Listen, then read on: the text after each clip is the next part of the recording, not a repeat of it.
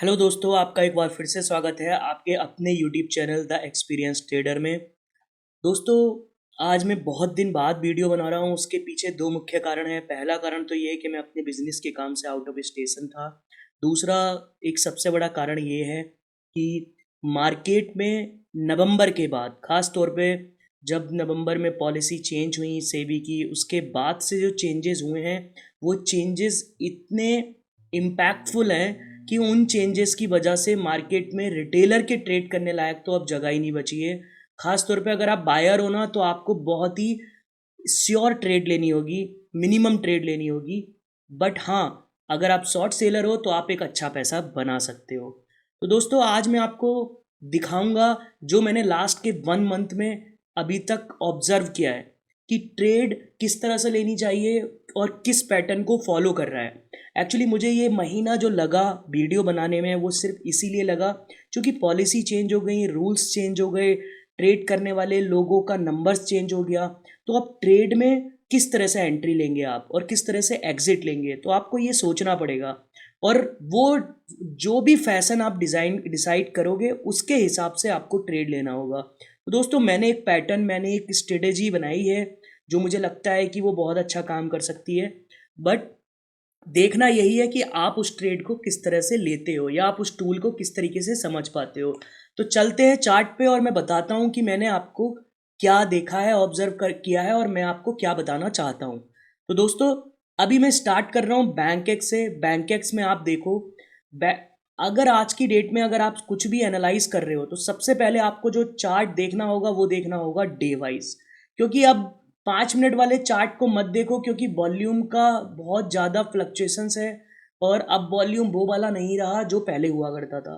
तो आपको क्या करना है, डे वाइज पे जाना है और चार्ट को डे पे सेलेक्ट करो। तब आप डिसाइड कर पाओगे कि आपके दिन का ट्रेंड क्या हो सकता है और उस हिसाब से आपको ट्रेड लेनी चाहिए।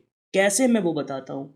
आपको क्या करना है, कभी भी, अब मान लीजिए मैं आपको एक बात बता देता हूँ। अभी बैंक एक्स ने, आपने देखा होगा कि कल 2 दिन, 1, 2 और 3, यानी ये 3 दिन ऊपर की तरफ गया मार्केट, राइट। मैं इसमें कभी भी कॉन्फिडेंस नहीं था कि ये 3 दिन ऊपर गया है तो इसने ट्रेंड बदल दिया है या यहाँ पे सस्टेन कर गया है। उसके पीछे का कारण बताता हूँ और आप देखोगे कैसे वो लेवल्स एकदम परफेक्टली काम कर रहे हैं। आप तुरंत समझ जाओगे। मैं आपको दिखाता हूँ। चलते हैं सबसे पहले कहाँ, टूल्स पे। टूल्स में आप जाओगे फिबोनाची की सीरीज। फिबोनाची की सीरीज में आप क्या चूज करना है, आपको चूज करना है ये एंड देन बॉटम। जब हमारे पास ये कैंडल आई थी तब हमारे पास बॉटम दिख रहा था हमें, राइट। हमारे पास जब ये वाली कैंडल थी, मैं बताना चाहता हूँ, ये कैंडल, राइट, इस कैंडल पे हमें बॉटम दिख गया था। अगर आपको दिन का ट्रेंड समझना है कि क्या रहेगा, तो आपको सबसे पहले क्या करना होगा, आपको फिबोनाची सीरीज को इसी ट्रेंड में आप डिसाइड कर लो। अब देखो, जब आप देखोगे गौर से तो आपको क्या मिलता है, मैं आपको बताना चाहता हूं कि आपको एक लेबल मिलता है। कौन सा लेबल मिलता है? वो लेबल ये है 56,080 का लेबल।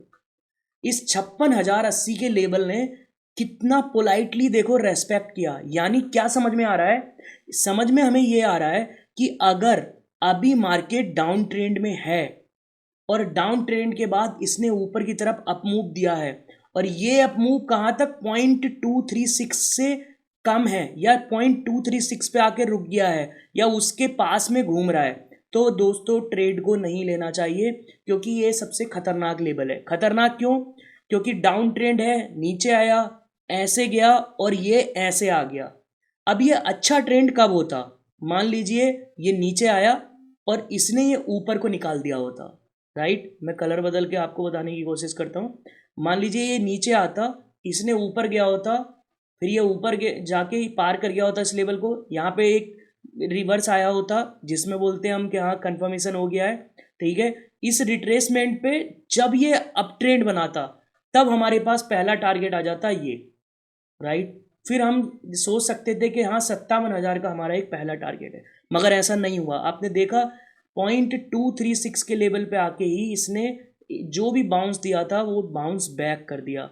और 2 ही दिन के अंदर, यानी जो 4 दिन में ये ऊपर की तरफ गया, 3 दिन में, वो 2 ही दिन में ऑलमोस्ट इसने कवर कर दिया। अभी भी ट्रेंड बहुत ही डाउन है, राइट। तो दोस्तों, अभी मैं एक बात कहूँगा, मेरा जो अपना अनुभव है उसके हिसाब से मैं आपके साथ साझा कर रहा हूँ। इस लाइन के बीच में अगर कहीं भी हो आप, तो इन लाइन के बीच में अगर हो तो आप अभी ट्रेड मत लो, राइट, थोड़ा सा रुक जाओ। अगर आपको ट्रेड लेनी है तो 15 मिनट के हिसाब से प्लान कर सकते हो। क्या 15 मिनट के हिसाब से पैटर्न सेम रखना होगा आपको, बट मैं फिर भी रिकमेंड करूंगा अभी ये डेंजर जोन है, ये वाला हमारा डेंजर है, तो वेट करते रहो, राइट। अभी वेट करो, जैसे ही ये इसमें बॉटम में जाए तो आपको अगला टारगेट मिलेगा, और ऊपर की तरफ जाए तो मिलेगा आपको 57,082 का टारगेट, राइट। अब आ जाते हैं कि ये किस तरीके से टारगेट काम कर सकते हैं। देखिए, मैं हमेशा बोलता हूं अगर इसका ये यहां से गया तो अगला टारगेट इसका क्या होगा।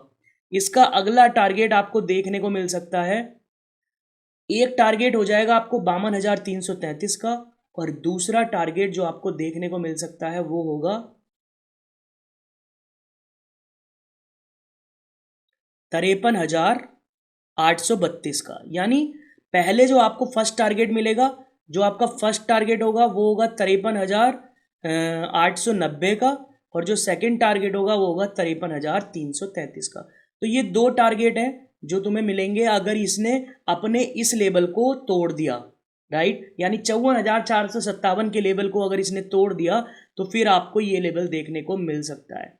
तो अभी ट्रेड उसी हिसाब से आप प्लान कर सकते हो कि आप जिधर भी जाना चाहते हो। चलते हैं बैंक निफ्टी की तरफ। बैंक निफ्टी में भी मैं आपको दिखाना चाहता हूँ, बिल्कुल सेम पैटर्न है। आइडियली देखो, इसने क्या किया, जो भी इसका टॉप लास्ट स्विंग था, ठीक है, उस स्विंग को रेस्पेक्ट करते हुए इसने क्या किया, परफेक्ट 49,458 के टारगेट पे जाके इसने अपने आप को रोका और रिवर्स कर दिया, यहां तक गया और रिवर्स कर दिया, राइट। जबकि अब इसमें क्या पॉसिबिलिटी है, पॉसिबिलिटी सेम है बिल्कुल।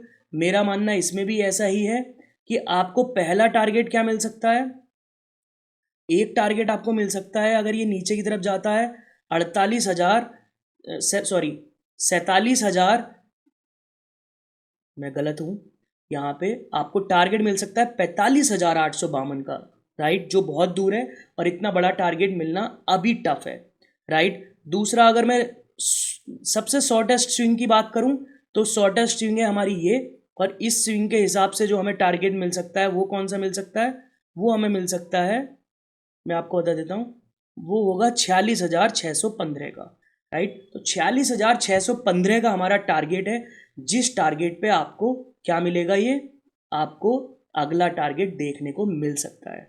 और देखिए, मैंने जैसे बताया, ये भी एकदम परफेक्ट रेस्पेक्ट कर रहा है इसका, ये मार्केट इसी को फिबोनाची को परफेक्टली एकदम ड्रॉ कर रहा है, परफेक्टली एकदम इसका रेस्पेक्ट कर रहा है कि इसी लेवल के बीच में ही ये चल रहा है, राइट, यहाँ और यहाँ। और ये कौन सा लेवल है, ये लास्ट जो सबसे बड़ा स्विंग था उस स्विंग का 0.23 वाला लेवल है, राइट। तो ये वही लेवल है, तो आपको देखना होगा, फिबोनाची सीरीज से भी आप ट्रेड ले सकते हो। अब चलते हैं निफ्टी 50 की तरफ।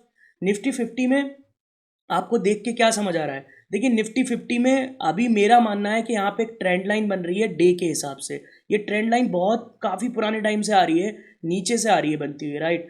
अब मुझे ऐसा लग रहा है कि अगर इसने पहला लेवल, मान लीजिए ये सस्टेन कर लिया 23,200 के लेवल, चूंकि निफ्टी है देश के, निफ्टी 50 देश के लिए डिसाइड करती है कि क्या मूव रहेगा, तो मेरा ऐसा मानना है कि इसको शायद यहाँ पर रुकना होगा। अभी ये यहाँ रुकेगा, बट हाँ ये वीक है, ये वीक है। अगर इसने 23,000 के लेवल को क्रॉस कर दिया तो फिर आप समझो फिर ये और नीचे जाने की कैपेसिटी रखता है, और ये नीचे कहाँ तक जा सकता है, फिर ये नीचे जा सकता है, पॉसिबल है कि आपको एक अगला मूव देखने मिल जाए जो 23,000 से, फिर इसके पास रेंज पूरी खुली है जो ये 21,000 तक भी जा सकता है या 21,500 तक जा सकता है।